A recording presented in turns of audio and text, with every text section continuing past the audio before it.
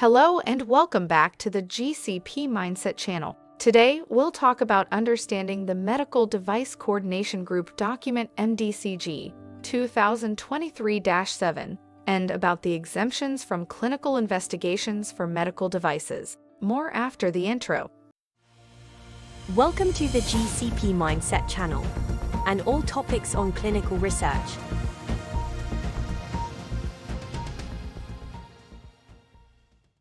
The field of medical devices is constantly evolving, with new innovations and advancements shaping the healthcare industry. However, ensuring the safety and efficacy of these devices is crucial, which is why clinical investigations play a vital role in the regulatory process. In this video, we will delve into the regulatory guidance provided by MDCG 2023-7, focusing on exemptions from the requirement to perform clinical investigations for medical devices, as well as the importance of sufficient levels of access to data needed to justify claims of equivalence. The Medical Device Coordination Group has provided essential guidance through MDCG 2023-7, which addresses exemptions from the requirement to perform clinical investigations for medical devices. This guidance aims to ensure patient safety while facilitating innovation in the medical device industry. By understanding the exemptions and the criteria for demonstrating equivalence, manufacturers can navigate the regulatory landscape more effectively. The guidance focuses on exemptions from clinical investigations for implantable and Class 3 medical devices in the European market. It clarifies the conditions under which clinical investigations are not mandatory and provides examples and considerations relevant to demonstrating sufficient levels of access to data needed to justify claims of equivalence. When are clinical investigations not mandatory? According to Article 61(4) of the Medical Device Regulation, clinical investigations are generally mandatory for implantable and Class 3 devices. However, there are specific cases outlined in MDCG 2023-7 where clinical investigations are exempted from this requirement. These cases are independent of each other, and the criteria outlined in one case do not apply to the others unless explicitly referenced. Let us start with understanding the cases for exemptions. The guidance details the different cases for exemptions from clinical investigations. These cases include: Case 1. Devices that have been designed by modifying a device already marketed by the same manufacturer and have demonstrated equivalence to the marketed device. Case 2. Devices that have been lawfully placed on the market or put into service in accordance with previous directives, and the clinical evaluation is based on sufficient clinical data. Case 3. Devices listed as sutures, staples, dental fillings, dental braces, tooth crowns, screws, wedges, plates, wires, pins, clips, or connectors, for which the clinical evaluation is based on sufficient clinical data. Case 4. Devices that are demonstrated to be equivalent to an already marketed device not manufactured by the same manufacturer, provided certain conditions are fulfilled, including a contract between the manufacturers.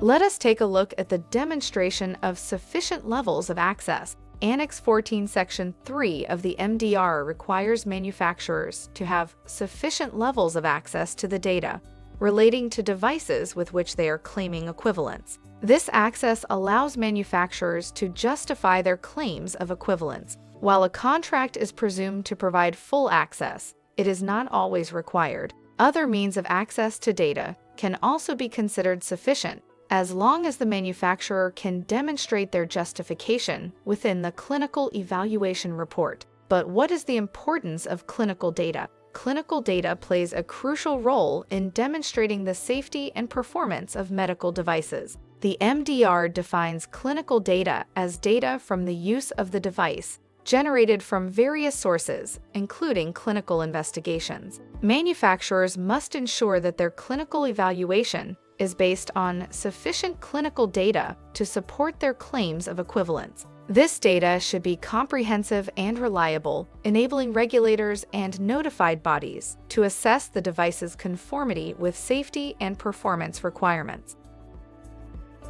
Let us talk about ensuring compliance with safety and performance requirements. Manufacturers seeking exemptions from clinical investigations must demonstrate that their device conforms to the relevant safety and performance requirements. This requires a thorough clinical evaluation of the marketed device, which should provide sufficient evidence of conformity. The notified body will assess the post-market clinical follow-up plan to ensure adequate steps are taken to monitor the device's safety and performance following market approval. Let us have a closer look at post-market clinical follow-up studies. Post-market clinical follow-up studies are critical in confirming the safety and performance of medical devices, especially when clinical investigations are not mandatory. These studies help collect additional clinical data on the device after it has been placed on the market. Manufacturers should include post-market clinical follow-up studies in their plans to continually monitor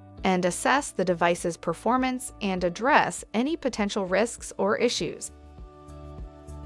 Incorporating clinical evaluation in compliance with MDR. Irrespective of relying on exemptions from clinical investigations, manufacturers must still undertake a comprehensive clinical evaluation of their device. The clinical evaluation should be compliant with the requirements of the MDR and the relevant product-specific common specification, where applicable. The evaluation should include data from the device itself, and, if applicable, data from other equivalent devices, demonstrating the device's safety, performance, and clinical benefit.